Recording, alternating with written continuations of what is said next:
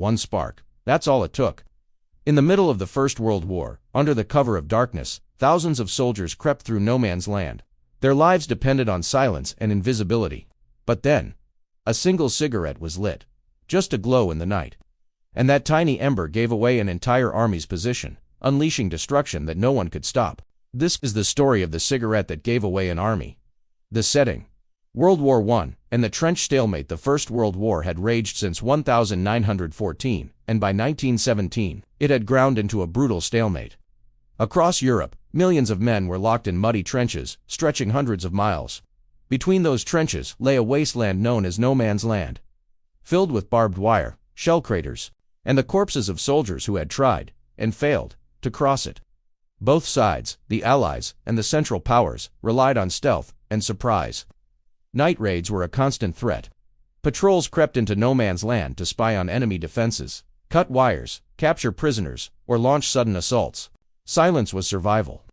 One wrong sound, one wrong movement, could trigger enemy guns and bring death within seconds. It was in this world of mud, fear, and tension that a single soldier made a mistake that became infamous. On a cold autumn night in 1917, a unit of soldiers from the Allied lines prepared for a dangerous mission. Their orders were simple: slip across no man's land, scout enemy defenses, and, if possible, take prisoners for interrogation. The men were tense. They were young, some barely 18, others hardened veterans who had already seen too much of the war. Their boots were wrapped in rags to muffle footsteps. Rifles were loaded but bayonets fixed, since silence mattered more than bullets. The officer in charge gave final instructions: no talking, no light, no noise. Any man who disobeyed risked the lives of them all. The patrol slipped into the night. The moon was hidden behind clouds, giving them cover. They moved carefully, crawling at times, ducking into shell holes, and pausing whenever the wind carried sounds from the enemy lines. For hours, everything went according to plan. Among the patrol was a soldier named Thomas Bennett, a fictionalized name, representing many similar accounts. He was exhausted. Days of little sleep, constant shelling, and nerves on edge had worn him down. His hands shook as he crawled through the mud. His throat was dry. His nerves screamed for relief. And in his pocket, wrapped carefully in a piece of cloth, was a treasure: a single cigarette. In the trenches, cigarettes were gold. They were comfort. They were a few minutes of escape from fear. Soldiers traded them like currency, hoarded them like jewels, and smoked them as if each puff was life itself. Bennett had held onto this cigarette for days, waiting for a moment when he needed it most. And now, in the cold silence of no man's land, nerves raw, heart pounding, he convinced himself that one cigarette, just one, couldn't possibly hurt. As the patrol huddled in a shell crater, waiting for the officer's signal to move forward again, Bennett quietly pulled out the cigarette. He cupped his hands around it, trying to shield the glow. He struck a match. For an instant, the night was pierced by a tiny flame. Then, the glowing tip of the cigarette shone faintly in the dark. To his fellow soldiers, it was barely noticeable, but across no man's land, through the eyes of German sentries, scanning the darkness, it was like a flare. In a landscape where the faintest movement meant danger, that glowing ember stood out like a beacon. A German lookout shouted an alarm. Within moments, machine guns raked the ground. The sudden chatter of gunfire shattered the silence, bullets cutting through the mud and tearing across the shell hole where the patrol hid. Bennett dropped the cigarette, but it was too late. The German trenches exploded with activity. Flares shot into the sky, lighting up the battlefield with eerie green and white light. The patrol, once hidden in shadow, was suddenly exposed. Machine guns swept no man's land. Artillery crews, alerted by the signal, began dropping shells onto the area. The earth shook as explosions ripped craters into the mud. The Allied patrol tried to retreat, but chaos reigned. Men scrambled for cover, some cut down instantly. Others froze, terrified by the sudden storm of fire. The carefully planned mission was destroyed. All because of one spark. By dawn, what remained of the patrol staggered back into the Allied trenches.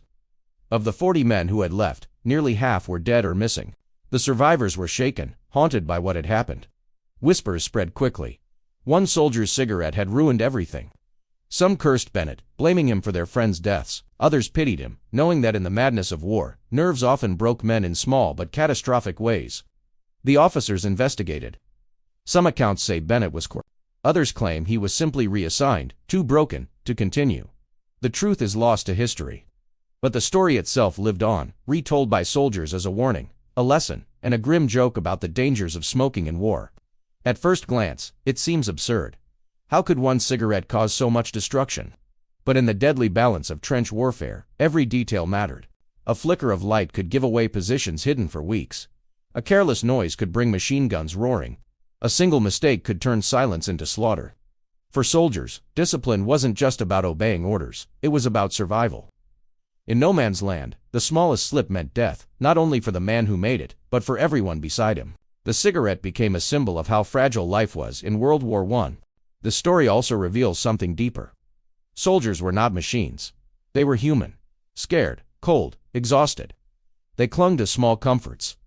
A letter from home, a sip of rum, a cigarette in the dark. In a world of endless mud and death, sometimes a soldier reached for comfort at the worst possible time. And while the mistake was tragic, it was also understandable. Historians record many similar stories. Men whose coughs, whispers, or clumsy footsteps ruined missions. War magnified every human flaw. The tale of the cigarette that gave away an army has been retold in countless versions.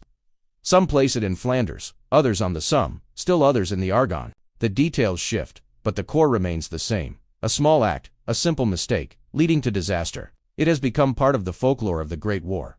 A warning about carelessness, but also a reminder of the human cost of war. Today, historians may debate the exact truth. Did one cigarette really cause the destruction of an entire patrol? Or was it simply a story soldiers told to explain the chaos of battle? We may never know. But the fact that it was told again and again shows how much it resonated with the men who lived in the trenches. In the end, the story of the cigarette is not just about one man's mistake. It asks about the razor's edge on which soldiers lived during World War I. Life and death balanced on silence, discipline, and luck. One soldier sought comfort in a cigarette, and his tiny spark lit up the night, exposing dozens of lives to destruction. It is a reminder that in war, the smallest choices can carry the greatest consequences. And sometimes, history itself can turn on nothing more than a single spark in the dark.